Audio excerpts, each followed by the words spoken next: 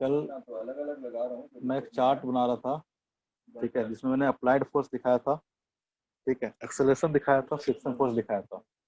Suppose that कि मैंने कोई ऐसे फोर्स अप्लाई किया था, ठीक है, सपोज इसका मास है, सपोज इसका मास है 2 kg, ये रफ सरफेस पे रखा हुआ है, ठीक है, इसका ऐसा मान लेते हैं हम लोग, ये है। हमने कल एक कॉलम बनाया था जिसमें हमने एक साइड में लिखा था अप्लाइड फोर्स।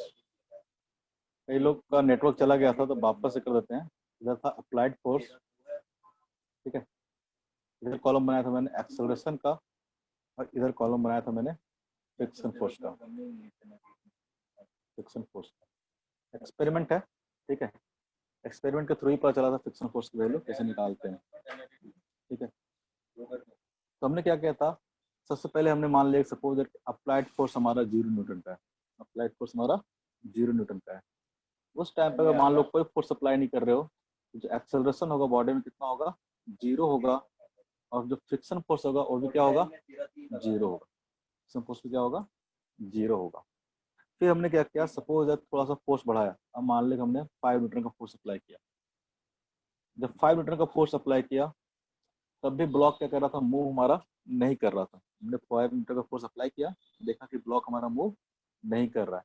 इसका मतलब जो एक्सेलरेशन होगा कितना होगा, 0 होगा। ब्लॉक मूव नहीं कर रहा, रेस्ट पे है, एक्सेलरेशन क्या होगा, 0 होगा। तो अगर एक्सेलरेशन 0 है इसका मतलब इसमें जो नेट फोर्स होगा कितना होगा, 0 होगा। इसका मतलब जो फ्रिक्शन फोर्स है वो क्या है, 5 न्यूटन के बराबर है मैग्नीट्यूड में। मैग्नीट्यूड में क्या होगा, 5 न्यूटन के बराबर होगा।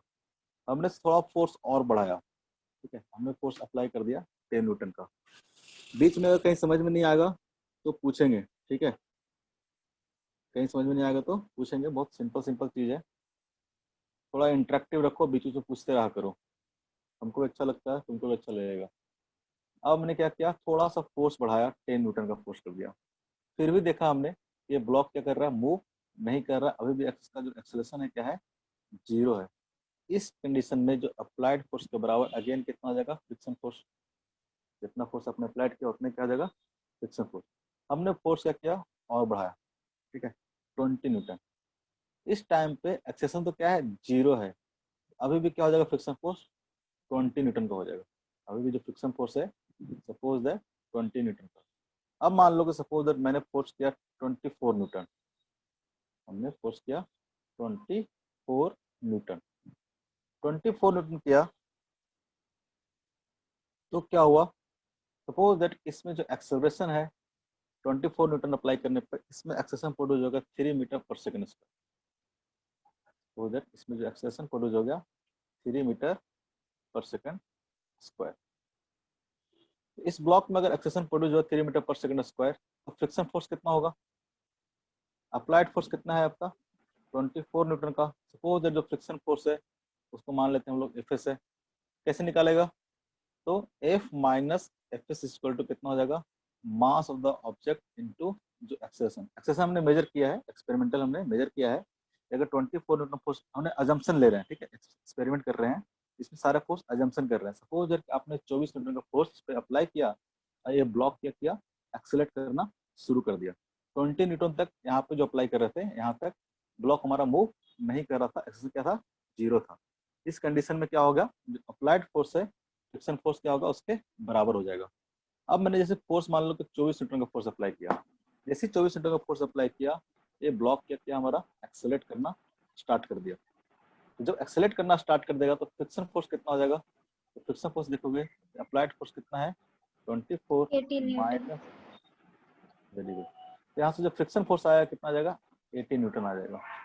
अब आपने क्या किया, अगेन आपने इसको बढ़ा के सपोज दैट कि 28 न्यूटन कर दिया फोर्स, 28 न्यूटन कर दिया।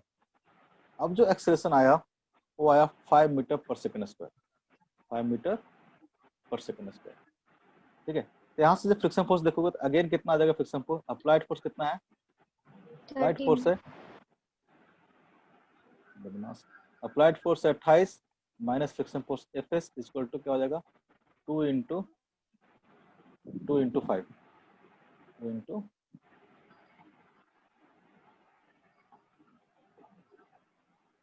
2 इंटू एक्सेसर कितना है 5 आया। यहाँ से भी देखो तो फ्रिक्शन फोर्स कितना आया 18 ही आया। 5 दूनी 10, 28 माइनस 10 कितना आ जाएगा 18 आ जाएगा। अब बढ़ाते जाओ 40 न्यूटन कर दो, ठीक है, उसके अकॉर्डिंग जो फ्रिक्शन फोर्स आ जाता है अभी भी फ्रिक्शन फोर्स कितना आएगा 18 न्यूटन ही आएगा, और जो एक्सेशन हो जाएगा वो 11 मीटर पर सेकंड स्क्वायर के बराबर हो गया। चार्ट बनाया था। अगर ये एक्सपेरिमेंट चीज है, जो एक्सेशन सब निकाला गया था एक्सपेरिमेंट के थ्रू, अगर आप देखोगे तो यहाँ से यहाँ तक, यहाँ से यहाँ तक जो ब्लॉक था, ब्लॉक क्या था रेस्ट में था, ब्लॉक क्या था रेस्ट में था, ठीक है। जब रेस्ट में था तो जो फ्रिक्शन फोर्स है किसके बराबर है, जो फ्रिक्शन फोर्स है एफ एस इक्वल टू किसके बराबर है, तो अप्लाइड फोर्स के बराबर, अप्लाइड फोर्स के बराबर, ठीक है। लेकिन जैसे यहाँ से क्या हुआ, जैसे ब्लॉक एक्सेलरेट करना शुरू किया, ब्लॉक मूव करना शुरू किया, फ्रिक्शन फोर्स क्या हो गया कांस्टेंट हो गया, ठीक है। ब्लॉक क्या कर रहा है मूव कर रहा है, जब ब्लॉक मूव कर रहा है यहाँ जो फ्रिक्शन फोर्स क्या है कांस्टेंट है। 18 न्यूटन है तो 18 न्यूटन ही है, फ्रिक्शन फोर्स क्या हो गया कांस्टेंट हो गया। अब जो यहाँ पे फ्रिक्शन फोर्स है, यहाँ पे 20 न्यूटन अप्लाई किए थे।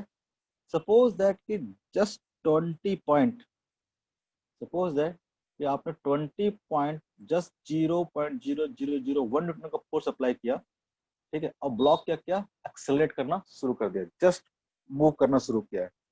20 न्यूटन तक मूव नहीं कर रहा था, 20 न्यूटन के बाद जस्ट क्या किया ये मूव करना शुरू किया, यानी कुछ ना कुछ इसमें क्या आ रहा था एक्सेलरेशन आ रहा था, और जो फोर्स था ये क्या किया ब्लॉक क्या किया मूव करना स्टार्ट किया, जस्ट स्टार्ट किया, जस्ट स्टार्ट टू मूव, ठीक है। जस्ट स्टार्ट टू मूव करेगा, जैसे मूव करना स्टार्ट करेगा फ्रिक्शन फोर्स क्या होगा डिक्रीज हो जाएगा, फ्रिक्शन फोर्स क्या हो जाएगा डिक्रीज हो जाएगा, जैसे स्टार्ट किया इसने मूव करने के लिए। यानी जो 20 न्यूटन का फोर्स है, ये जो 20 न्यूटन का फोर्स है ये क्या है मैक्सिमम फोर्स है फ्रिक्शन का, maximum value of friction, maximum value of friction. यानी अप्लाइड फोर्स के बराबर फ्रिक्शन क्या हुआ पहले इंक्रीज होता गया, इंक्रीज होता गया, एक टाइम के बाद जब ब्लॉक मूव करना किया तो क्या होगा ब्लॉक का जो बीच का जो वो था फ्रिक्शन था वो क्या होगा सडनली डिक्रीज कर गया, 18 न्यूटन 17 न्यूटन जो भी है, यहाँ पे हम 18 न्यूटन मान के चले हैं, ये सडनली क्या हो गया डिक्रीज कर गया, फिर क्या हो गया ये कांस्टेंट हो गया। यहाँ से यहाँ तक जो फ्रिक्शन था वो क्या था, इसको हम लोग बोलते हैं स्टैटिक फ्रिक्शन, हम लोग बोलते हैं स्टैटिक फ्रिक्शन, ठीक है। और यहाँ से यहाँ जो आया उसको हम लोग बोलेंगे, आगे जितना भी रहेगा उसको हम लोग बोलेंगे काइनेटिक फ्रिक्शन, बोलेंगे हम लोग काइनेटिक फ्रिक्शन, ठीक है। तो आप अगर इसको चार्ट को देखोगे तो जो फ्रिक्शन फोर्स है धीरे धीरे इंक्रीज करते करते एक मैक्सिमम वैल्यू तक पहुंचा है, जो कि मैक्सिमम वैल्यू क्या है 20 है, ये क्या है फ्रिक्शन फोर्स का मैक्सिमम वैल्यू है। इस चीज को हम लोग बोलते हैं लिमिटिंग फ्रिक्शन, ठीक है। इसका एक नया टर्म दे देंगे हम लोग लिमिटिंग फ्रिक्शन। तो लिमिटिंग फ्रिक्शन क्या होगा बेसिकली, सर हर सरफेस का लिमिटिंग फ्रिक्शन अलग होगा ना, हर सब चीज का अलग अलग होगा, इसको हम लोग बोलते हैं लिमिटिंग फ्रिक्शन। देखेंगे फ्रिक्शन फोर्स कैसे कैसे डिपेंड करता है, अभी बस इतना समझो, एक एक्सपेरिमेंट कर रहे थे हम, कुछ पता नहीं था, एक सरफेस लिए उस पर एक ब्लॉक रखे उसको हम अलग अलग फोर्स से पुश करते जा रहे हैं, पुश करते आए ऐसा कुछ कंडीशन आया, एक पॉइंट पे जाके फ्रिक्शन फोर्स क्या हुआ मैक्सिमम हुआ, जब ब्लॉक मूव करना शुरू किया तो फ्रिक्शन फोर्स क्या हो गया थोड़ा डिक्रीज हो गया, ठीक है। तो जो मैक्सिमम वैल्यू ऑफ फ्रिक्शन आया उसको हम लोग क्या बोलते हैं लिमिटिंग फ्रिक्शन, उसको क्या बोलते हैं हम लोग लिमिटिंग फ्रिक्शन। और जब ब्लॉक नहीं मूव कर रहा था तब जो फ्रिक्शन लग रहा था उसको हम लोग बोल रहे थे स्टैटिक फ्रिक्शन। इसको हम डिनोट कैसे करेंगे, नोटेशन देंगे इसको हम एफ एस से, ठीक है। एफ स्मॉल एफ हम लोग फ्रिक्शन फोर्स के लिए लिख रहे हैं और एस फॉर स्टैटिक, और इसको हम लिखेंगे एफ एस से काइनेटिक फ्रिक्शन। नोटेशन है, इसमें ज्यादा दिमाग नहीं लगाना, आप अलग भी दे सकते हो, कोई किताब में अलग भी दे सकता है, हम जिस जनरली यूज करेंगे स्टैटिक फ्रिक्शन के लिए एफ एस और काइनेटिक फ्रिक्शन के लिए एफ के, इसमें दिमाग नहीं लगाना, कुछ भी हो सकता है, हम यूज करेंगे ही, आपको भी यूज करना है तो हम यूज कर रहे हैं तो, ठीक है। इसको बोलेंगे हम लोग काइनेटिक फ्रिक्शन। आप यहाँ से जब एनालिसिस करोगे आप क्या देख रहे हो, जब कोई भी स्लिपिंग नहीं, मतलब कोई भी ब्लॉक का रिलेटिव मोशन नहीं हो रहा, ब्लॉक क्या है रेस्ट पे है, तो जो स्टैटिक फ्रिक्शन है, ठीक है, वो कहाँ से कहाँ तक वेरी कर रहा है, तो 0 से लेके less than equal to F L, FL क्या बोलेंगे हम लोग, लिमिटिंग फ्रिक्शन, भी नोटेशन है लिमिटिंग फ्रिक्शन। आप देखोगे तो फ्रिक्शन फोर्स 0 से लेके कहां तक मूव किया है, लिमिटिंग फ्रिक्शन तक। ये क्या होगा, ये maximum value of the friction है। लिमिटिंग वैल्यू फ्रिक्शन है वो क्या है, मैक्सिमम वैल्यू ऑफ फ्रिक्शन। और एक चीज यहाँ से और करोगे आप, ध्यान दोगे, एक कब था, जब स्लिपिंग नहीं हो रहा था, नो स्लिपिंग, यानी दो सरफेस के बीच में कोई भी रिलेटिव मोशन नहीं हो रहा था। ठीक है, जब स्लिपिंग स्टार्ट हुआ, ठीक है, जब स्लिपिंग क्या हुआ, स्टार्ट हुआ, जो स्लिपिंग स्टार्ट हुआ उस टाइम पर जो फ्रिक्शन होगा उसको हम लोग क्या बोलेंगे, काइनेटिक फ्रिक्शन, काइनेटिक फ्रिक्शन। इस काइनेटिक फ्रिक्शन का जो वैल्यू होता है वो क्या होता है, यूनिक होता है, फिक्स्ड होता है। जो काइनेटिक फ्रिक्शन है ये क्या होगा, फिक्स्ड होगा। ठीक है, काइनेटिक फ्रिक्शन की जो वैल्यू होगी लेस देन क्या होगा, लिमिटिंग फ्रिक्शन। इन जनरली क्या होता है, काइनेटिक फ्रिक्शन क्या होता है, लेस देन लिमिटिंग फ्रिक्शन इन जनरल। ठीक है, लेस देन लिमिटिंग फ्रिक्शन। कई जगह पे इसको इक्वल भी ले लेते हैं क्वेश्चंस को थोड़ा सिंपल करने के लिए, कई जगह पे, लेकिन वो मेंशन रहेगा आपको क्वेश्चन में। ठीक है, कि काइनेटिक फ्रिक्शन और लिमिटिंग फ्रिक्शन क्या करना है आपको, काइनेटिक फ्रिक्शन और स्टैटिक फ्रिक्शन, लिमिटिंग फ्रिक्शन जो भी है सेम लेना है, वो मेंशन रहेगा। अगर नहीं मेंशन है, इन जनरल जो होता है काइनेटिक फ्रिक्शन क्या होता है, slightly less than the limiting friction होता है। अगर इसको हम ग्राफ के थ्रू देखें, अगर हम ग्राफ बनाएं अप्लाइड फोर्स और फ्रिक्शन फोर्स के बीच में, तो कैसा ग्राफ बनेगा, सपोज दैट इस एक्सिस के अलोंग हम अप्लाइड फोर्स ले लेते हैं, इस एक्सिस के अलोंग अप्लाइड फोर्स ले लेते हैं, और इस एक्सिस के अलोंग हम फ्रिक्शन फोर्स ले लेते हैं।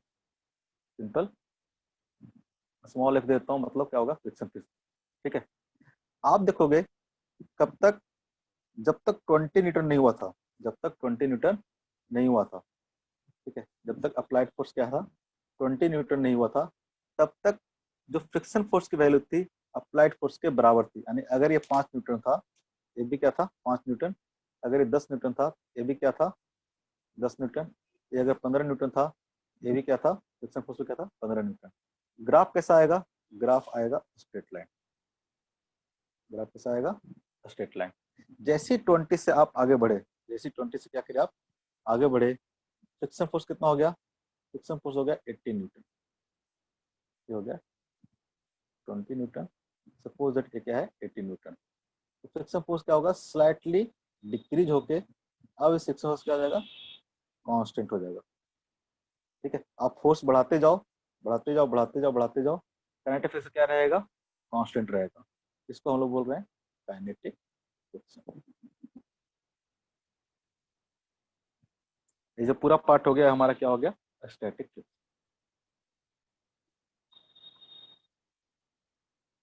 ठीक है, ये इसका क्या हो गया, ये maximum value of the static friction हो गया। ठीक है, ये जो पॉइंट हो गया ये क्या हो गया, maximum value of static friction, जिसको हम लोग क्या बोलेंगे, FL, लिमिटिंग फ्रिक्शन के बराबर। ठीक है, यहाँ तक कोई दिक्कत, यहाँ तक कोई दिक्कत।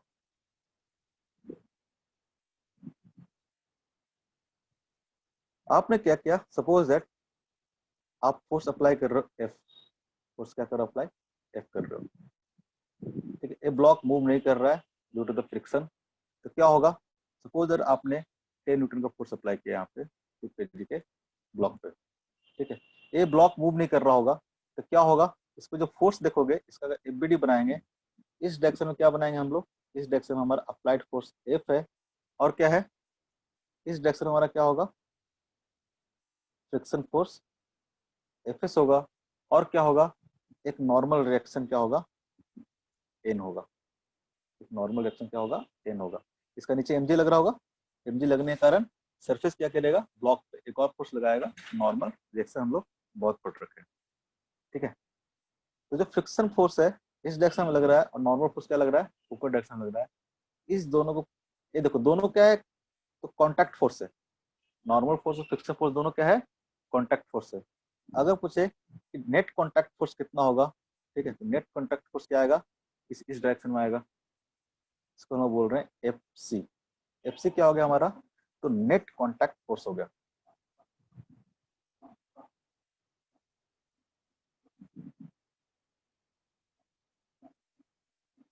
Contact force F C. अगर इस केस में देखोगे तो जो नेट कॉन्टैक्ट फोर्स है एफ सी इक्वल टू, अगर हम इसको एक्स वाई जेड मान लेते हैं, इस वाले को एक्स एक्सिस मान लेते हैं, इस वाले को वाई एक्सिस मान लेते हैं, जो कॉन्टैक्ट फोर्स है कितना आ गया है, तो F S I cap minus में F S I cap plus N into J cap. Contact force क्या हो गया, F S I cap minus में प्लस एन जे कैप। ये बेसिकली क्या है, तो कॉन्टैक्ट फोर्स क्या है, the resultant of the friction force and the normal reaction. जो कॉन्टैक्ट फोर्स है इसको कैसे डिफाइन करेंगे, तो बेसिकली क्या है, रिजल्टेंट ऑफ कैसे भी लिख लेते हैं, normal reaction and friction force. Normal reaction and friction force. अगर इसका हम लोग मैग्नीट्यूड की बात करें तो मैग्नीट्यूड कितना आ जाएगा, तो magnitude of contact force equal to under root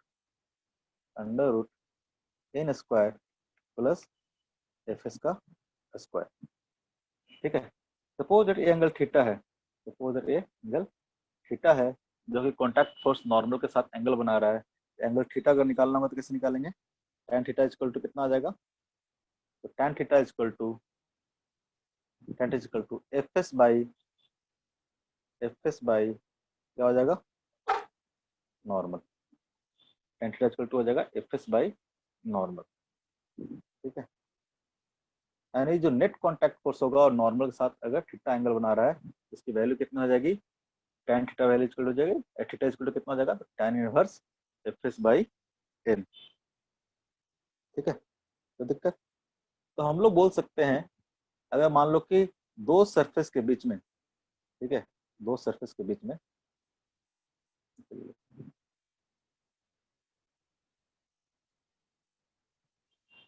अगर आप देखोगे, सपोज दैट इसी क्वेश्चन में अगर मान लो कि आपको ना नॉर्मल रिएक्शन दिया हुआ हो, ना आपको फ्रिक्शन फोर्स दिया हुआ, और आपको कॉन्टैक्ट फोर्स दिया हुआ।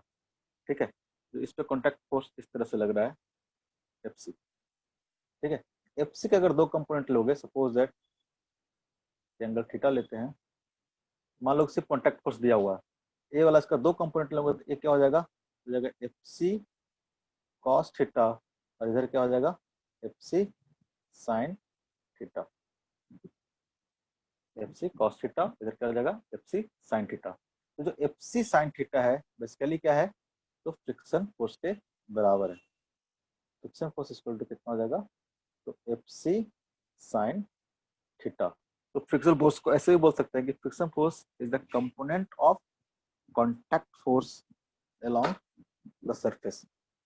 फ्रिक्शन फोर्स को ऐसे डिफाइन कर सकते हैं कि फ्रिक्शन फोर्स क्या है, कॉन्टैक्ट फोर्स का एक कंपोनेंट है अलोंग द सरफेस।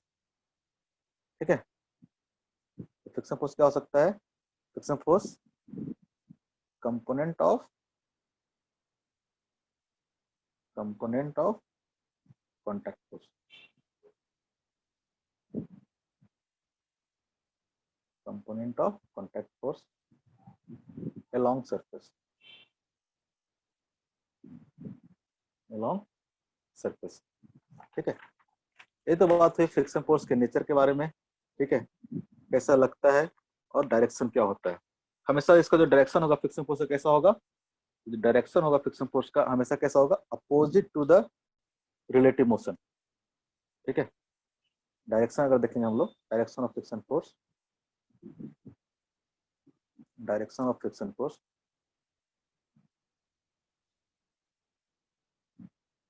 कैसा होगा, हमेशा हमेशा होगा opposite to the relative velocity of two surfaces. आपको पता भी है, तो डायरेक्शन होगा हमेशा क्या होगा, opposite to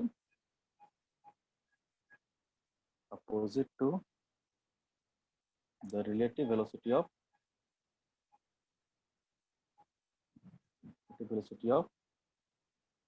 to contact surface. ये सब कल चीज बताए हुए थे। ठीक है। जो भी दो कॉन्टैक्ट सरफेस होंगे हमेशा उसके क्या करेगा, डायरेक्शन क्या होगा, इसका अपोजिट होगा। कहने का मतलब क्या हुआ, एग्जाम्पल देके बताते हैं। मान लो कि ये ब्लॉक है, ठीक है, एक टेबल पे रखा हुआ, सपोज इस तरह से टेबल पे रखा हुआ है।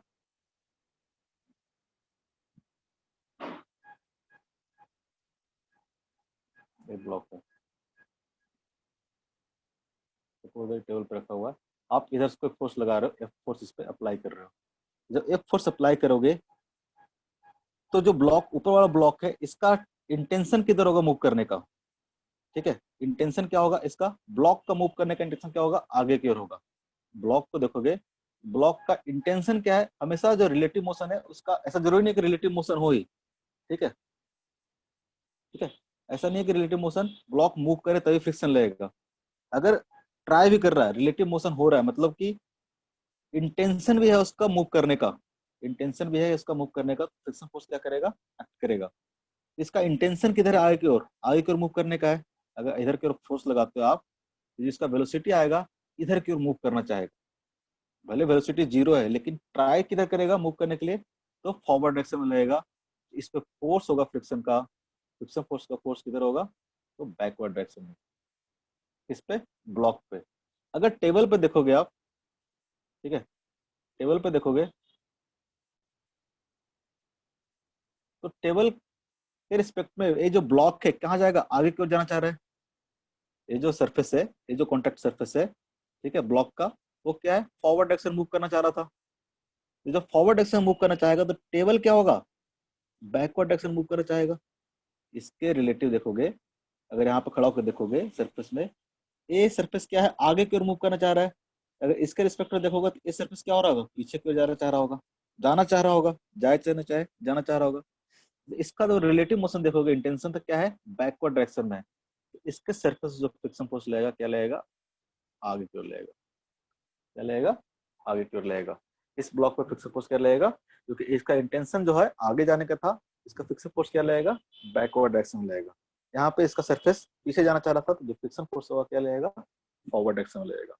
तो हमेशा क्या होता है, जो फ्रिक्शन फोर्स होता है वो क्या करता है, ऑलवेज अपोज या फिर try to oppose the relative velocity of two surface. हमेशा फ्रिक्शन फोर्स क्या करेगा, रिलेटिव वेलोसिटी को अपोज करेगा। डायरेक्शन इसी तरह से रखना है कि रिलेटिव वेलोसिटी को क्या करे, अपोज करे, ठीक है। जैसे कि मैं आपको पूछता हूँ, मान लो कि एक ब्लॉक ऐसा रखा हुआ,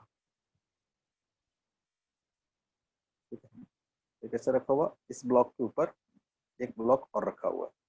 आप इस पे फोर्स लगा रहे हो एफ, आप इस पे फोर्स लगा रहे हो एफ। दोनों सरफेस क्या है, रफ है, ए बी सरफेस और ए बी सरफेस क्या है, रफ सरफेस, रफ सरफेस है। दोनों सरफेस क्या है, रफ सरफेस है।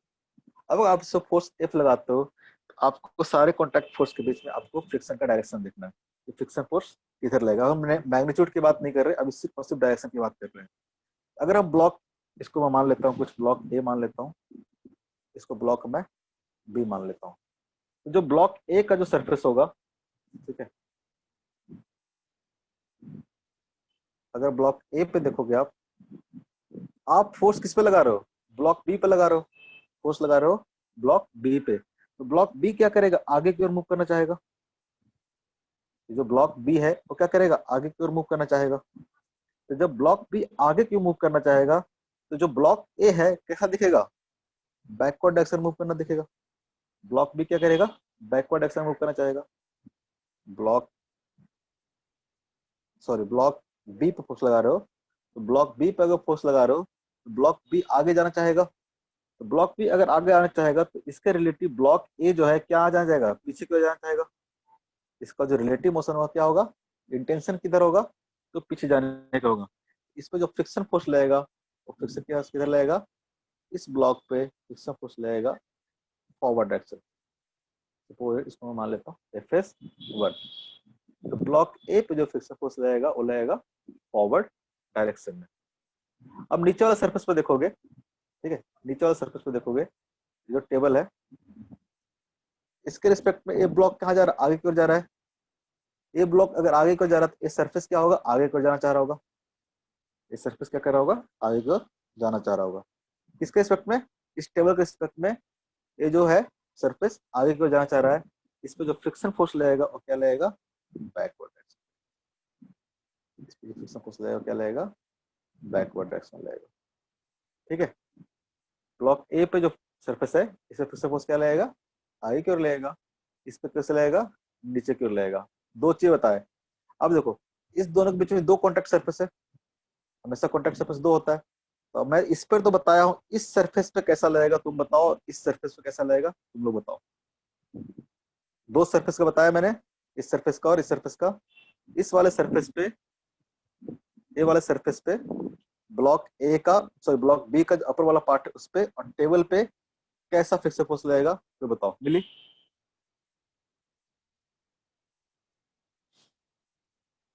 कैसा लगेगा,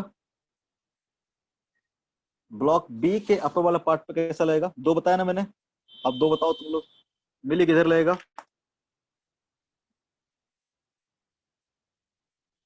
मिली, श्रुति बताओ, कोई बताओ, हो भी कि नहीं हो। अरे बोलता हूँ कि बोलते रहना है, वो तो सारे बताओ। मिली, कुछ तो बोलो,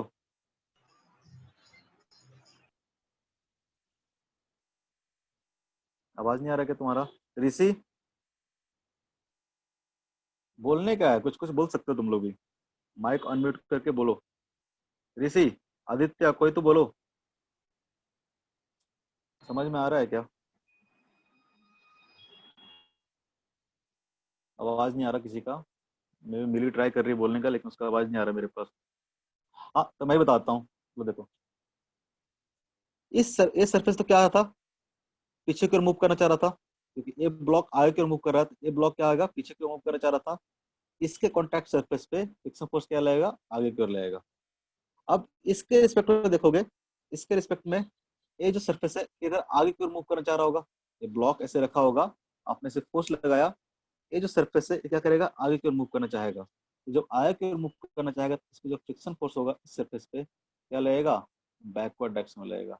इसका जो मैग्नीट्यूड होगा, इसका जो मैग्नीट्यूड होगा,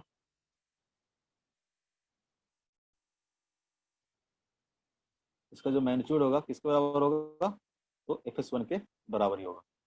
यहाँ उसी तरह से देखोगे, यहाँ पे ए ब्लॉक तो आगे की ओर मूव करना चाह रहा था, इसमें फ्रिक्शन फोर्स पीछे की ओर लग गया। ठीक है, लेकिन इसके रिस्पेक्ट में ए ब्लॉक क्या हो रहा होगा, पीछे की ओर आना चाह रहा होगा, इस सरफेस से जो फ्रिक्शन फोर्स लगेगा क्या लगेगा, फॉरवर्ड डायरेक्शन में लगेगा। और मैग्नीट्यूड क्या होगा, Fs2 के बराबर ही होगा, क्योंकि ये दोनों एक्शन रिएक्शन पेयर है। एक्शन रिएक्शन पेयर बताया था थर्ड लॉ में। ठीक है, दोनों क्या होते हैं, इक्वल एंड अपोजिट। तो मैग्नीट्यूड वाइज तो क्या होगा, दोनों इक्वल होगा, और डायरेक्शन वाइज क्या होगा, अपोजिट होगा। और एक चीज और बताया था कि सेम इंस्टेंट पे लगता है और अलग अलग बॉडी पे लगता है। यहाँ भी देखो तो दोनों क्या है, अलग अलग बॉडी पे लग रहा है। एक क्या लग रहा है, नीचे टेबल पे लग रहा है, और एक क्या लग रहा है, ब्लॉक पे लग रहा है। तो ये बेसिकली क्या है, एक्शन रिएक्शन पेयर है, एक्शन रिएक्शन पेयर है। इस सरफेस क्या था, इसका रिलेटिव मोशन क्या था, पीछे रहने का। इसका रिलेटिव मोशन क्या था, पीछे रहने का। मान लो क्या स्मूथ सरफेस होता, सपोज है स्मूथ सरफेस होता, ब्लॉक बी क्या था, आगे की ओर मूव करते जाता, तो उसके रिस्पेक्ट में जो टेबल था इसके रिस्पेक्ट में रिलेटिव मोशन पड़े भी होंगे। अगर यहाँ से देखते तो रिलेटिव मोशन किधर होता है, इसका पीछे की ओर होता। अगर ये आगे बढ़ते जाता, फ्रिक्शन फोर्स एक्ट कैसे करेगा, तो रिलेटिव मोशन को अपोज करता है। यहाँ पे जो रिलेटिव मोशन में है ये क्या जा रहा था, पीछे जाना चाह रहा था, तो फ्रिक्शन फोर्स क्या लगेगा, आगे की ओर लगेगा। फ्रिक्शन फोर्स कैसे लगेगा, आगे की ओर लगेगा। समझ में आ रहा है। एक और एग्जांपल देते हैं। सपोज दैट इंक्लाइन प्लेन है, ये अगेन क्या है, हमारा सरफेस क्या है, रफ है। सरफेस क्या है हमारा, रफ है। अब क्या कर रहे हो आप, इसको इधर से पुश कर रहे हो, फोर्स एफ से। अब बताओ फ्रिक्शन फोर्स किधर किधर लगेगा, इसके फ्रिक्शन फोर्स किधर किधर लगेगा।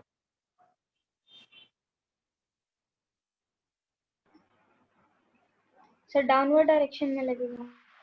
ब्लॉक ए पे किधर लगेगा, ब्लॉक ए के सरफेस पे किधर लगेगा, तो ब्लॉक ए पे देखो क्या लगेगा, ए क्या कर रहा होगा, आगे की ओर मूव करना चाह रहा होगा, फोर्स लगाए आगे की ओर मूव करना चाह रहा होगा। ठीक है, ये जो फोर्स है ग्रेटर देन mg है, ये जो फोर्स है ग्रेटर देन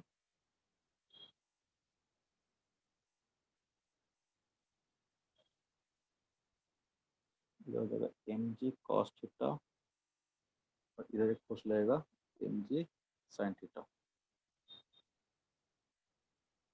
अगर फोर्स क्या हो greater than mg sin theta हो, डायग्राम अच्छे से दिख रहा है क्या? Yes sir. ठीक है।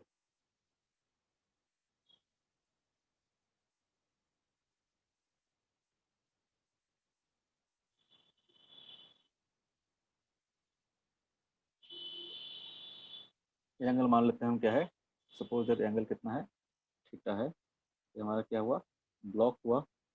आप क्या कर रहे हो, फोर्स एफ से इसको पुल कर रहे हो, पुश कर रहे हो। ठीक है, यहाँ पे जो फोर्स लग रहा होगा, ठीक है, एक तो एम जी लग रहा होगा वर्टिकली डाउनवर्ड, ये वर्टिकली डाउनवर्ड है, ये हमारा थीटा हो गया। इधर लग रहा होगा एम जी कॉस थीटा, और इधर क्या लग रहा होगा एम जी साइन थीटा।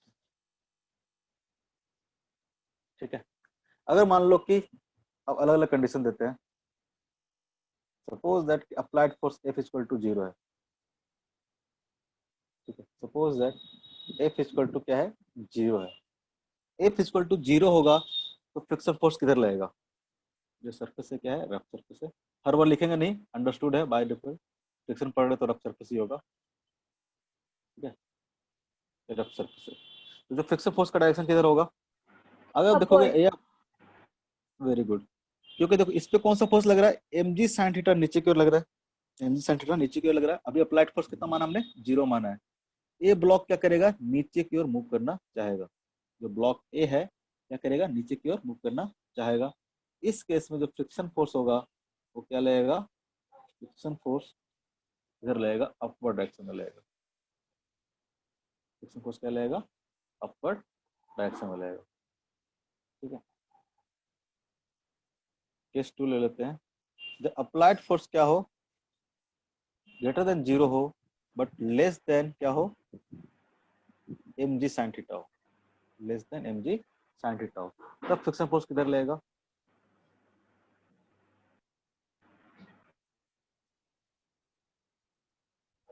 किधर लगेगा बताओ। बोलते डाउनवर्ड बोलो, डायरेक्शन। वाह, फिर सोचो नीचे की ओर कौन सा फोर्स लग रहा है, नीचे की ओर फोर्स लग रहा है एम जी साइन थीटा, और इस डायरेक्शन में जो फोर्स लग रहा है तो जो एफ है किससे कम है, एम जी साइन थीटा से कम है। मान लो कि M G sine theta 10 newton है, आपने क्या किया, ऊपर की ओर 8 न्यूटन का फोर्स लगाया। क्वेश्चन तो ये है ना कि जो फोर्स है वो क्या है, एम जी साइन थीटा से कम है। तो अभी इसका जो तो रिलेटिव अपवर्ड। मोशन और डाउनवर्ड की बोली थी, इस केस में अभी भी जो फ्रिक्शन फोर्स होगा क्या लगेगा, क्योंकि इसका रिलेटिव मोशन देखोगे तो क्या है, इसका नीचे की ओर जाने का है। तो ब्लॉक पे जो फोर्स लगेगा वो क्या लगेगा, अपवर्ड डायरेक्शन। ब्लॉक पे जो फोर्स लगेगा क्या लगेगा, अपवर्ड डायरेक्शन में लगेगा। Case three, suppose that F is equal to M G sine theta है, F is equal to M G sine theta है। अब किधर लगेगा फ्रिक्शन फोर्स,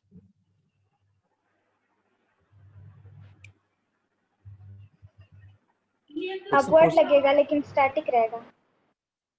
स्टैटिक तो हर केस में है, स्टैटिक तो हर केस में है, ब्लॉक मूव नहीं कर रहा, कहीं भी ब्लॉक मूव नहीं कर रहा अभी, स्टैटिक ही रहेगा। कैसे स्टैटिक रहेगा, तो ये M G sine theta equal to applied force F plus friction force क्या करेगा, उसको बैलेंस करेगा। ठीक है, ब्लॉक कहीं मूव नहीं कर रहा, सारा ब्लॉक क्या है, रेस्ट में है। इक्विलिब्रियम में पूछ रहा हूँ मैं। अब देखो अभी जो फ्रिक्शन फोर्स होगा क्या हो जाएगा, जीरो हो जाएगा। फ्रिक्शन फोर्स क्या हो जाएगा, जीरो हो जाएगा। क्यों जीरो हो जाएगा, क्योंकि इस पे जो डाउनवर्ड डायरेक्शन में फोर्स लग रहा है कितना लग रहा है, डाउनवर्ड डायरेक्शन में फोर्स लग रहा है एम जी साइन थीटा, और इसके ऊपर जो आपने फोर्स अप्लाइड किया है एफ इक्वल टू कितना हो गया, एम जी साइन थीटा के बराबर, एम जी साइन थीटा के बराबर। ये सिंपल केस कैसा हो गया, एक ब्लॉक ऐसा रखा हुआ है, बिल्कुल रखा हुआ है, कोई फोर्स इसको पुल नहीं कर रहे, कोई फोर्स इसको पुश नहीं कर रहे हैं, किसी फोर्स इसको पुल नहीं कर रहे, सिंपल रखा हुआ है। सिंपल जब रखा होता है तो इन दोनों के बीच में फ्रिक्शन फोर्स कितना होता है? 0। 0। बताया था ना, जब अप्लाइड फोर्स कितना होता है? 0। तो फ्रिक्शन फोर्स में कितना आ रहा था? 0 आ रहा था। एक्सपेरिमेंट जो कराया था स्टार्टिंग में, जब कोई भी फोर्स नहीं लगा रहे थे, जब अप्लाइड फोर्स 0 था, फ्रिक्शन फोर्स कितना आ रहा था? 0 आ रहा था। वैसे ही कंडीशन हुआ नहीं, यहाँ पे कोई भी फ्रिक्शन फोर्स नहीं आएगा। अगर मान लो कोई फ्रिक्शन फोर्स आएगा तो ब्लॉक मूव करने लगेगा ना, ब्लॉक क्या करना पड़ेगा? मूव करना पड़ेगा। तो इस केस में क्या हो जाएगा? फ्रिक्शन फोर्स क्या हो जाएगा? 0 हो जाएगा। ठीक है।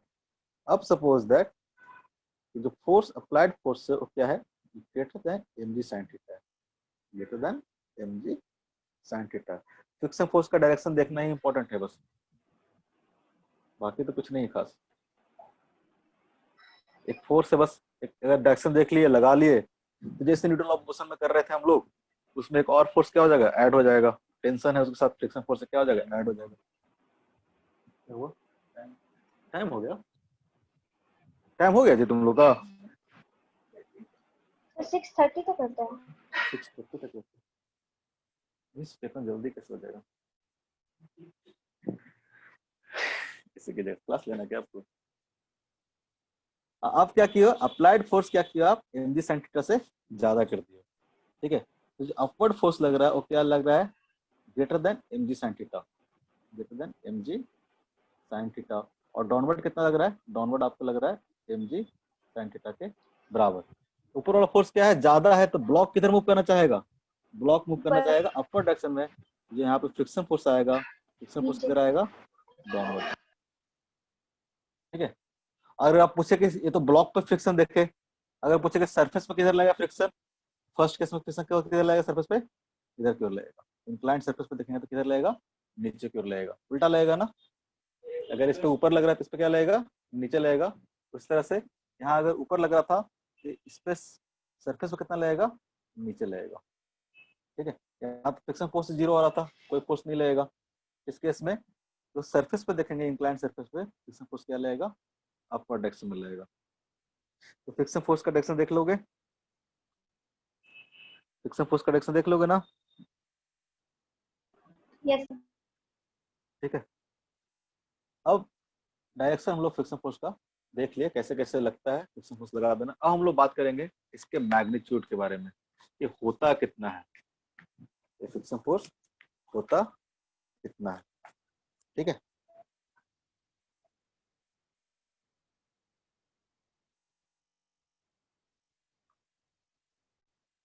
मैग्नीट्यूड ऑफ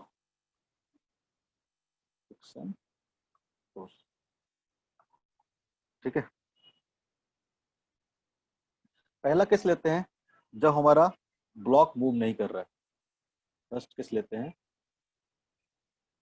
जब ब्लॉक हमारा क्या कर रहा है? मूव नहीं कर रहा है। केस फर्स्ट लेते हैं। आप देखे थे, एक्सपेरिमेंट किया था तो कैसे फ्रिक्शन फोर्स वेरी कर रहा था, तो उसका कोई फिक्स वैल्यू नहीं आ रहा था। फिक्स वैल्यू कब आ रहा था? जब ब्लॉक हमारा मूव कर रहा था। लेकिन जब ब्लॉक हमारा मूव नहीं कर रहा था तो फ्रिक्शन फोर्स हमारा किस तरह से चेंज हो रहा था? अप्लाइड फोर्स के बराबर।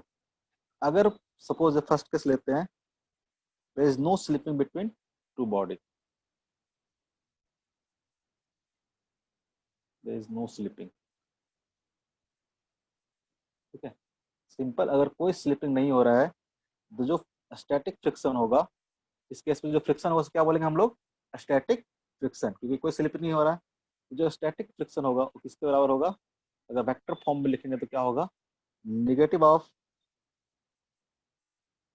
Negative of applied force, negative of applied force. ठीक है। जो भी फ्रिक्शन होगा, निगेटिव क्यों दिखा रहे हैं? तो क्या होगा? ये अपोजिट डायरेक्शन होगा। साइन क्या दिखा रहा है हमको? डायरेक्शन दिखा रहा है, अपोजिट डायरेक्शन।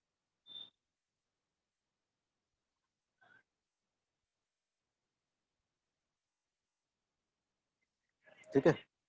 जैसे एग्जांपल देता हूँ यहाँ पे,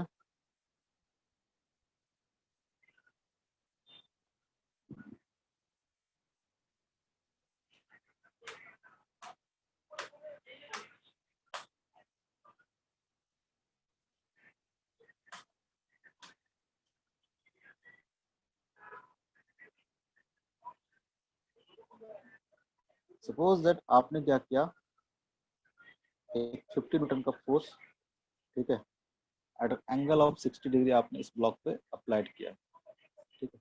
आपने क्या किया, 50 न्यूटन का फोर्स इस पे अप्लाइड कर दिया, ठीक है। और यहाँ पे कंडीशन क्या है, ब्लॉक क्या है, रेस्ट पे है। तो जो ब्लॉक है क्या है, रेस्ट पे है, ठीक है। तो जब रेस्ट पे है तो पूछेगा कि बताओ find the friction force between this surfaces, क्या होगा फ्रिक्शन फोर्स, स्टैटिक फ्रिक्शन की वैल्यू कितनी होगी। केस कैसा है, केस है नो स्लिपिंग का, कोई स्लिप यहाँ पे नहीं हो रहा है। इस केस में जो फ्रिक्शन फोर्स होता है किसके बराबर होता है, 0। बहुत, जब स्लिपिंग होता है तो 0 होता है फ्रिक्शन फोर्स, फ्रिक्शन फोर्स 0 होता है। फ्रिक्शन फोर्स किसके बराबर है, अप्लाइड फोर्स के बराबर ना। फ्रिक्शन फोर्स किसके बराबर है, अप्लाइड फोर्स के बराबर, ठीक है। अप्लाइड फोर्स यहाँ पे कितना है, अगर आप देखोगे इसको ऐसे लिख दें, अप्लाइड फोर्स along the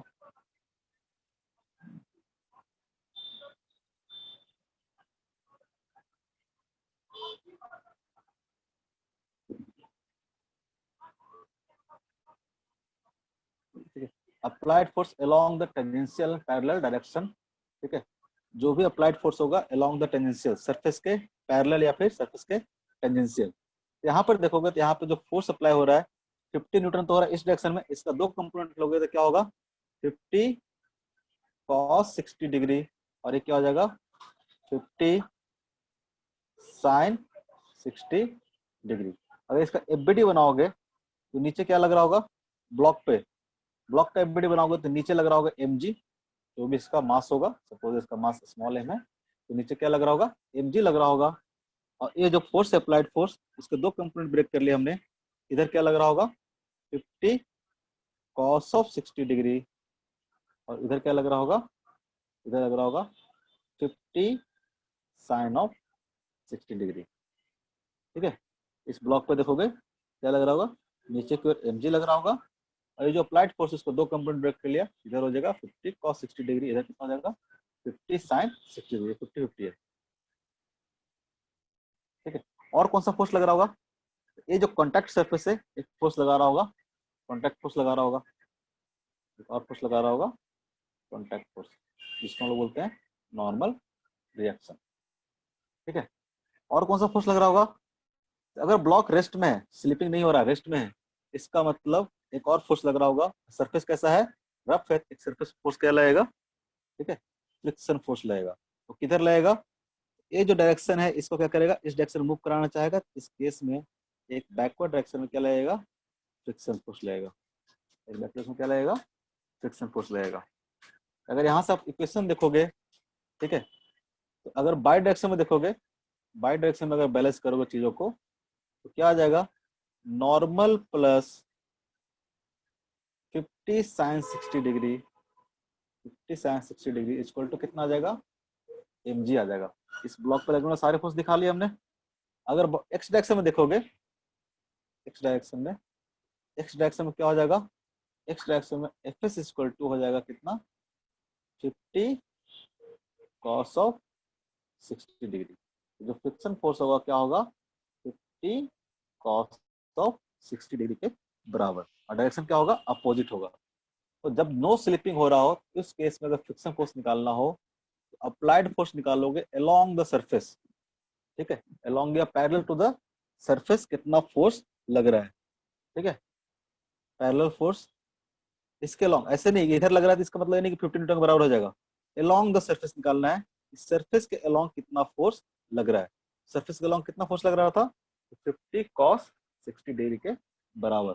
यहाँ जो फ्रिक्शन फोर्स होगा कितना होगा, 50 cos 60 डिग्री के बराबर हो जाएगा। cos 60 कितना होता है, हाफ होता है ना, 25 न्यूटन।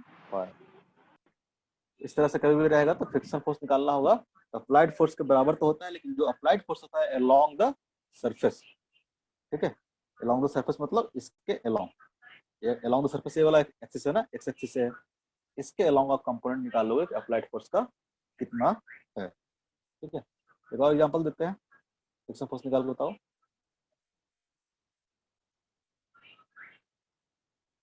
सपोज दैट ये 5 kg का ब्लॉक है, इसको हमने इस तरह से पुल्ली से कनेक्ट कर दिया। ये मान लो 2 kg का ब्लॉक है। ये सरफेस क्या है? सरफेस है, रफ सरफेस है, और कोई भी मोशन नहीं हो रहा। सिस्टम क्या है? इक्विलिब्रियम में है, ठीक है, एट रेस्ट पे है। क्या है? एट रेस्ट पे है। Find the friction force between this two surface. कितना होगा फ्रिक्शन फोर्स बताओ।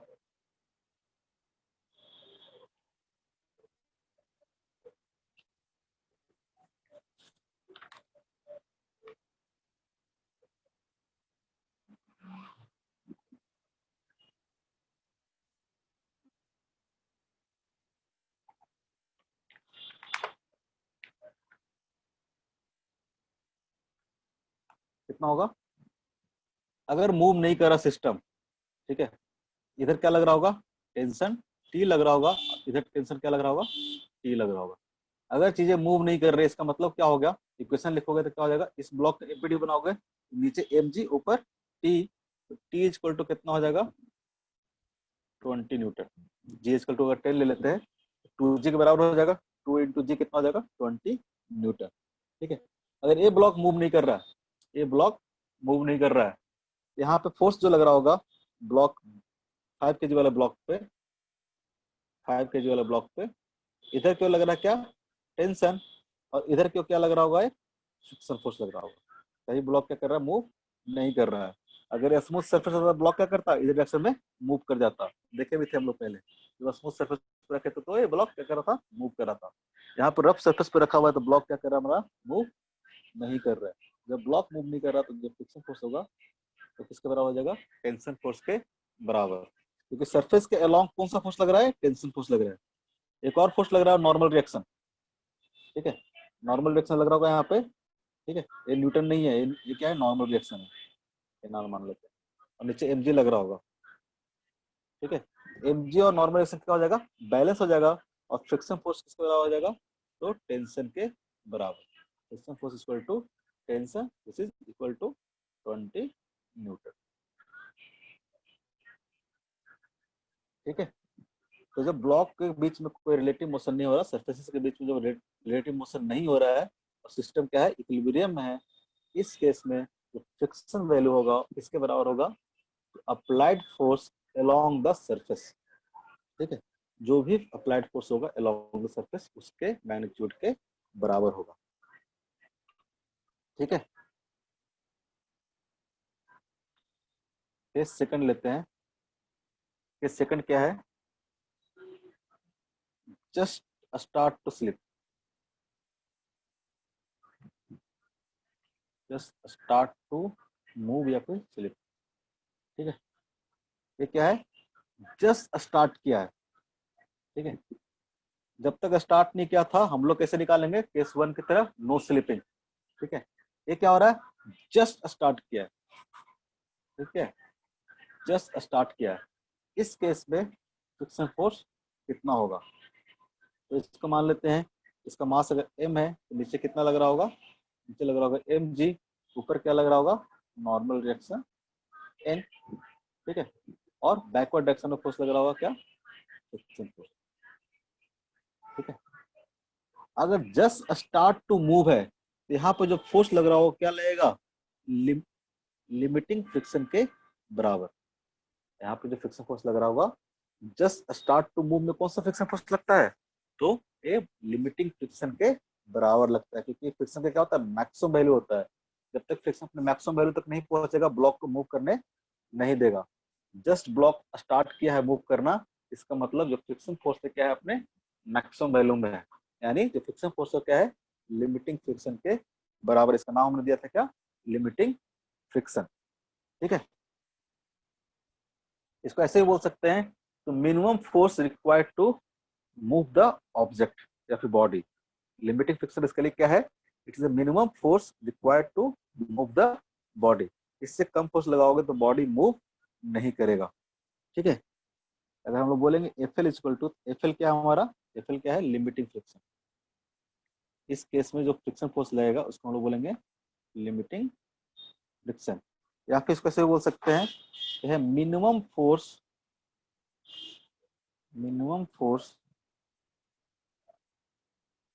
required to move the body। ये क्या है? Minimum force required to move the body. इसको हम लोग ऐसे ही बोल सकते हैं, it is the maximum value of static friction. It is the maximum value of static friction. अगर फ्रिक्शन फोर्स देखोगे, लिमिटिंग फ्रिक्शन क्या है, तो minimum force to required to move the body. कितना मिनिमम फोर्स चाहिए ताकि बॉडी क्या करे, मूव करना स्टार्ट कर दे। या फिर इसको बोल सकते हैं maximum value of static friction. Maximum value of static friction. जो लिमिटिंग फ्रिक्शन होता है उसका जो मैग्नीट्यूड होता है, लिमिटिंग फ्रिक्शन इक्वल टू होता है म्यू एस इंटू एन के बराबर। तो लिमिटिंग फ्रिक्शन का जो मैग्नीट्यूड होता है वो किसके बराबर होता है? म्यू एस इंटू एन के बराबर। जहां पे एन क्या है? एन है नॉर्मल फोर्स। एन क्या है हमारा? एन है हमारा नॉर्मल फोर्स। नॉर्मल फोर्स मतलब नॉर्मल फोर्स बिटवीन दो कॉन्टैक्ट सरफेस है, normal force between the contact surfaces. ठीक है। और जो म्यूएस है वो म्यूएस क्या है? इसको हम लोग बोलते हैं coefficient of static friction. Coefficient of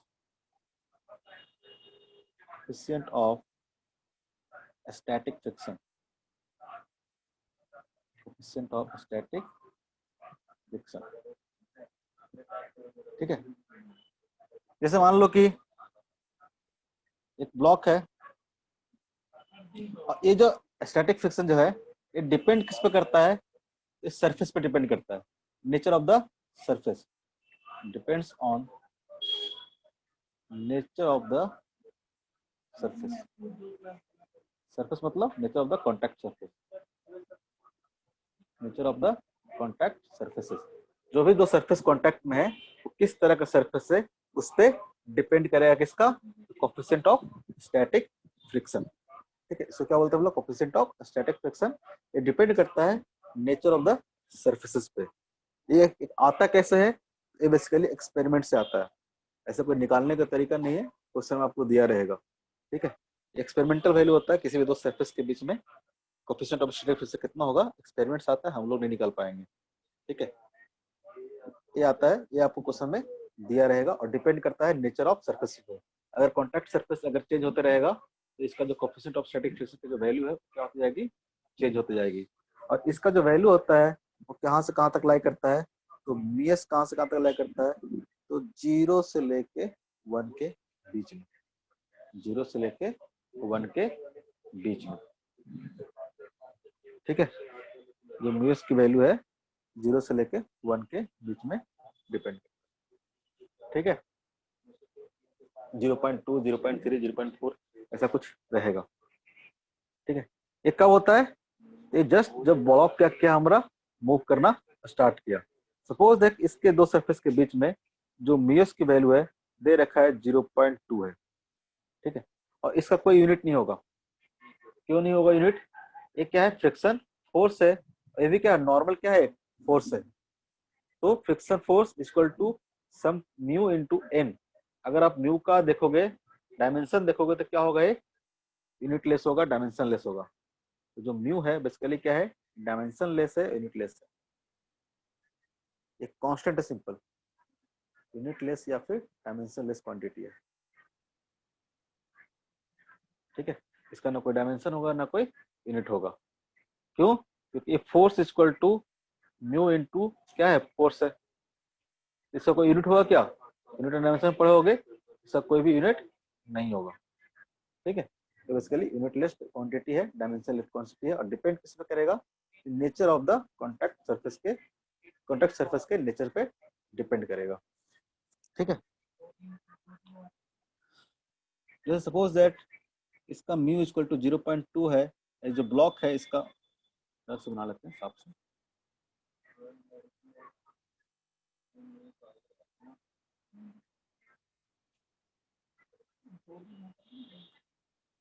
example ले लेते हैं।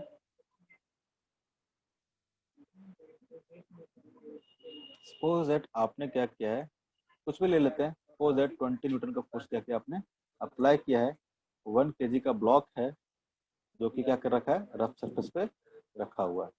ठीक है, इसका जो म्यू की वैल्यू है, म्यू की वैल्यू सपोज दैट 0.2 है। ठीक है, बोलता है find the friction force between these two surfaces. Friction force कितना होगा, कैसे निकालेंगे?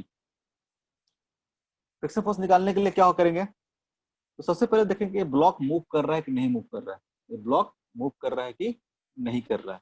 तो सबसे पहले हम लोग क्या करेंगे, लिमिटिंग फ्रिक्शन की वैल्यू निकालेंगे। सबसे पहले क्या करेंगे हम लोग, लिमिटिंग फ्रिक्शन की वैल्यू निकालेंगे। तो लिमिटिंग फ्रिक्शन इक्वल टू क्या होता है, तो लिमिटिंग फ्रिक्शन इक्वल टू हो जाता है म्यू एस इंटू एन। पहले आपको म्यू एस दिया हुआ क्वेश्चन में, एन आपको क्या करना पड़ेगा, फाइंड आउट करना पड़ेगा। यहाँ पे एन कितना होगा, इस ब्लॉक का एबीडी बनाओगे तो नीचे की ओर कितना लग रहा होगा, 10 न्यूटन का फोर्स लग रहा होगा। और नीचे की ओर 10 न्यूटन लग रहा है तो नॉर्मल डायरेक्शन में कितना आएगा, नॉर्मल डायरेक्शन में कितना आएगा, एन इक्वल टू 10 न्यूटन के बराबर आएगा। तो इस डायरेक्शन में कोई मोशन नहीं हो रहा है, चीजें क्या रहेगी, बैलेंस रहेगी। अपवर्ड जो फोर्स लग रहा है किसके बराबर आ जाएगा, 10 न्यूटन के बराबर। यहाँ से एन इक्वल टू कितना आ गया, एन इक्वल टू आ गया 10 न्यूटन।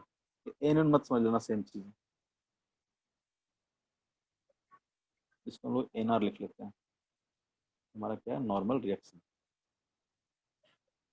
ठीक है, नॉर्मल से कितने बराबर आ गया, 10 न्यूटन के बराबर आ गया। तो म्यू का वैल्यू कितना दे रखा था आपका, म्यू का वैल्यू दे रखा था 0.2 इंटू नॉर्मल रिएक्शन कितना हो गया, 10 हो गया।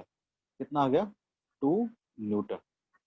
2 न्यूटन क्या है, तो 2 न्यूटन है स्टैटिक फ्रिक्शन का मैक्सिमम वैल्यू, यानी ये क्या है, लिमिटिंग फ्रिक्शन है। ये क्या है, लिमिटिंग फ्रिक्शन, मतलब क्या होगा, maximum value of friction, maximum value of, maximum value of friction. ठीक है, अब देखो, सपोज दैट ये जो फोर्स अप्लाइड फोर्स है, सपोज दैट ये 2 न्यूटन से कम होता। पहला केस ले लेते हैं, मान लो कि 2 न्यूटन से कम होता, सपोज दैट कि अप्लाइड फोर्स होता है 1 newton, F equal to 1 newton का फोर्स अप्लाई करते। जब 1 न्यूटन का फोर्स अप्लाई करते तो दोनों के बीच में जो फ्रिक्शन फोर्स होता कितना होता, एफ इक्वल टू कितना होता, 1 न्यूटन के बराबर ही हो जाता। क्यों, क्योंकि फ्रिक्शन फोर्स के जो मैक्सिमम वैल्यू हमने निकाला, फ्रिक्शन फोर्स का मैक्सिमम वैल्यू कितना है, 2 न्यूटन है। यानी जब तक आप 2 न्यूटन से ज्यादा फोर्स नहीं अप्लाई करोगे, ये ब्लॉक क्या करेगा, मूव नहीं करेगा।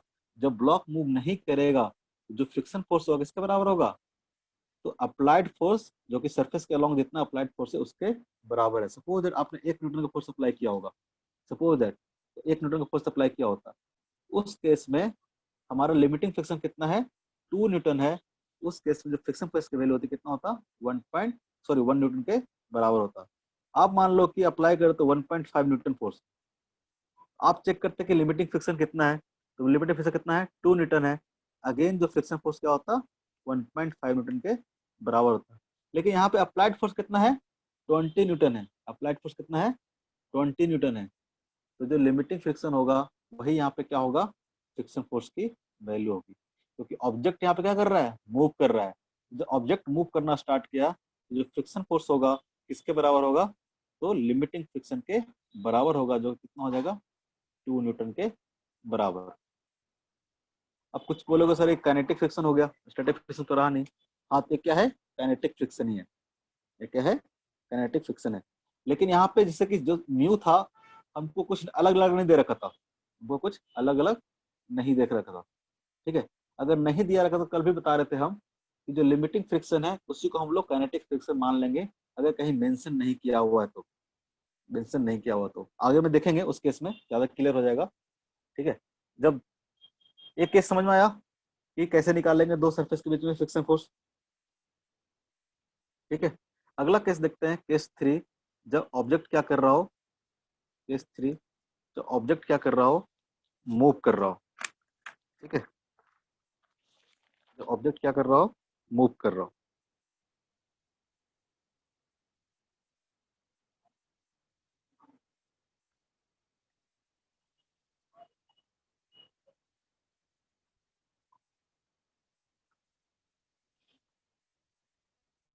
जब कॉन्टैक्ट सरफेस के बीच में क्या हो, रिलेटिव मोशन हो, यानी इस पे फोर्स आप F लगा रहे हो और इस ऑब्जेक्ट क्या कर रहा हो, मूव कर रहा हो, ठीक है। यहाँ पे वेलोसिटी क्या हो, जीरो नहीं हो, यहाँ पे वेलोसिटी क्या हो, जीरो नहीं हो, एक्सेलरेशन क्या हो, जीरो नहीं हो। इस केस में जो फ्रिक्शन होगा उसको क्या बोलते हैं हम लोग, उसको बोलते हैं, यहाँ पे जो फ्रिक्शन फोर्स लग रहा होगा इस केस में, वो फ्रिक्शन क्या होगा, काइनेटिक फ्रिक्शन। वो फ्रिक्शन फोर्स क्या होगा, काइनेटिक फ्रिक्शन। और हम फर्स्ट एक्सपेरिमेंट में देखे थे काइनेटिक फ्रिक्शन क्या रहता है, फिक्स रहता है। तो काइनेटिक फ्रिक्शन इक्वल टू कितना होता है, उसको डिनोट करेंगे एफ के से, और एफ के इक्वल टू हो जाता है म्यू के इंटू एन, म्यू के इंटू एन, ठीक है। लिमिटिंग फ्रिक्शन क्या था, तो म्यू एस इंटू एन, और म्यू के क्या है, तो ए क्या है, coefficient of, sorry coefficient of kinetic friction between two surface.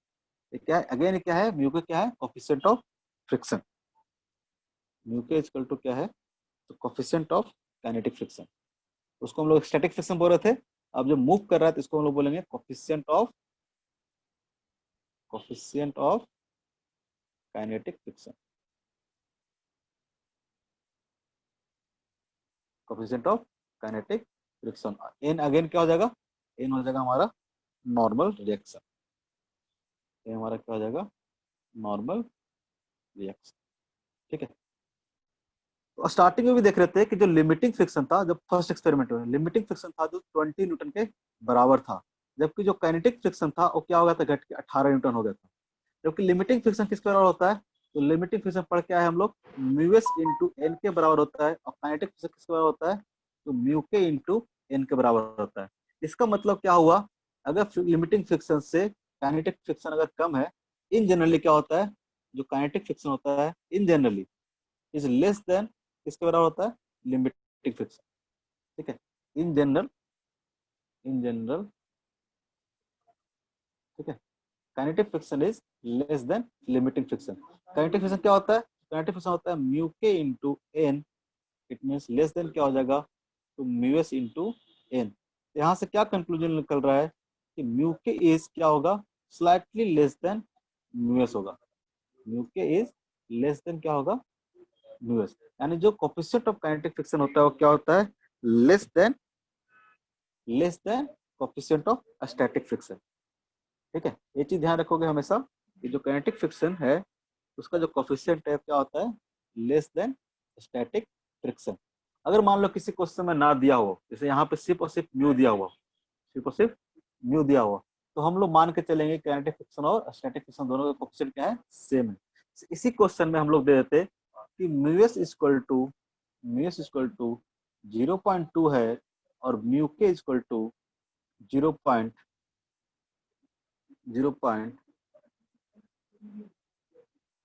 कुछ ही मान लेते हैं, थोड़ा सा कम मान लेते हैं इसका, 0.18 मान लेते हैं, 0.18 मान लेते हैं। इस केस में अगर पूछता कि फ्रिक्शन फोर्स कितना होगा, यहाँ पे जो फ्रिक्शन फोर्स होता है वो क्या होता, फ्रिक्शन फोर्स अब इस केस में क्या होता, चेंज हो जाता। अगर नहीं दिया हुआ तो अलग बात है, अगर दोनों अलग अलग मेंशन किया हुआ हो, अगर म्यू इक्वल टू सिर्फ 0.2 दिया होता तो हम static friction equal to limiting friction equal to 2 newton put करते।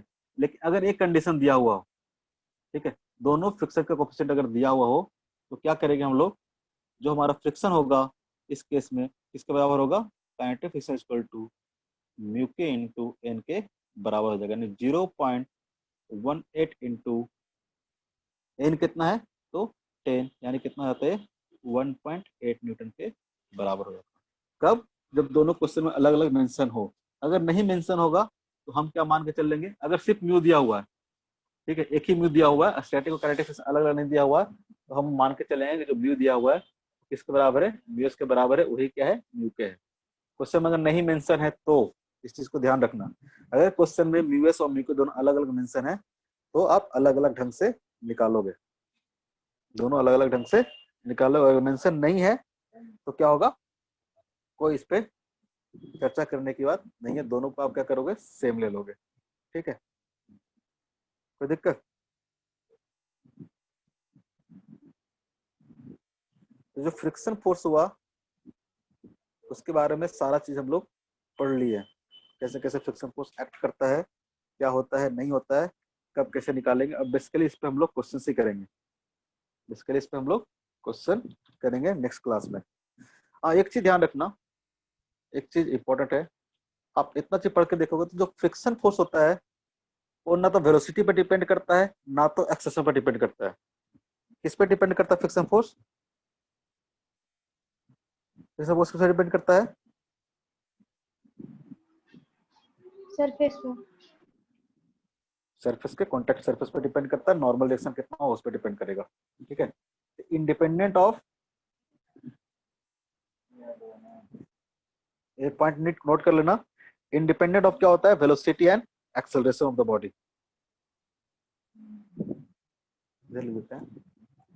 तो फ्रिक्शन फोर्स होता है तो क्या होता है? Independent of velocity,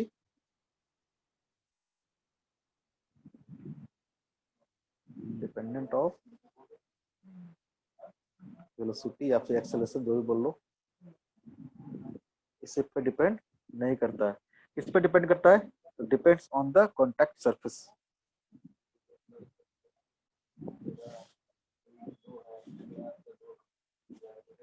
depends on contact surface. ठीक है, या फिर जो नॉर्मल रिएक्शन होगा उस पर डिपेंड करेगा। ठीक है, कैसा कॉन्टैक्ट सरफेस है उस पर डिपेंड करेगा। ठीक है, कॉन्टैक्ट सरफेस करने का मतलब क्या होगा? नॉर्मल रिएक्शन किस तरह का सरफेस है। मान लो अगर सरफेस सेम ही है, ठीक है, इस पे भी डिपेंड नहीं करता है। एक पॉइंट और, independent of area of contact, independent independent of area of contact. Area of contact कहने का मतलब क्या हुआ? इसका एग्जांपल देख लो बस। मान लो कि इस तरह से रखा हुआ है, एक ब्लॉक ऐसे रखा हुआ है जिसका मास है m। ठीक है, सेम सरफेस क्या है? सेम है। एक ब्लॉक इस तरह से रखा हुआ है, एक सरफेस इस तरह से रखा हुआ है जिसका मास क्या है? m है। ठीक है, एक सरफेस इस तरह से रखा हुआ है, इसका भी मास क्या है? m है। तीनों क्वेश्चन पूछे कि बताओ तो फ्रिक्शन फोर्स कितना होगा। आपने क्या किया? सेम फोर्स अप्लाई किया, यहाँ भी एफ अप्लाई किया है, यहाँ भी क्या किया आपने? एफ अप्लाई किया है, और यहाँ भी क्या किया आपने? एफ अप्लाई किया है। अब पूछे कि फाइंड द फ्रिक्शन फोर्स। अगर यहाँ पे फ्रिक्शन फोर्स अगर F1 लग रहा है, FS1 लग रहा है, यहाँ पे FS2 लग रहा है, और यहाँ पे FS3 लग रहा है, किसमें फ्रिक्शन फोर्स ज्यादा होगा? सेम होगा सर। हाँ तुमको पता होगा, तुमको तो 9th 10th क्वेश्चन में मिला होगा नहीं। FS2 इक्वल टू क्या आ जाएगा? FS3। एरिया ऑफ कॉन्टैक्ट पे डिपेंड नहीं करता है कि कितना एरिया इसके कॉन्टैक्ट में है। तीनों केस में जो फ्रिक्शन फोर्स होगा क्या होगा? सेम होगा। डिपेंड किस पे करेगा? किस टाइप का कॉन्टैक्ट सरफेस है। अगर कॉन्टैक्ट सरफेस मान लो कि सेम है, ठीक है, सेम तरह का ऑब्जेक्ट है, ऊपर भी नीचे भी दोनों कॉन्टैक्ट सरफेस क्या है? सेम है, तो फ्रिक्शन फोर्स क्या होगा? सेम ही होगा। ठीक है, फ्रिक्शन फोर्स क्या होगा? हमेशा सेम होगा। ये नहीं डिपेंड करेगा कि कॉन्टैक्ट सरफेस अगर ज्यादा है तो फ्रिक्शन फोर्स ज्यादा लगेगा, बिल्कुल मत समझना। ठीक है, इंपॉर्टेंट पॉइंट है, कभी कोई कहीं पूछ लेता है। तो आज के लिए इतना ही, बाकी ये कहानी नेक्स्ट क्लास में। किसी को ऊपर से नीचे में कोई दिक्कत है तो बताओ, किसी को कुछ पूछना है, कुछ समझ में नहीं आया हो तो।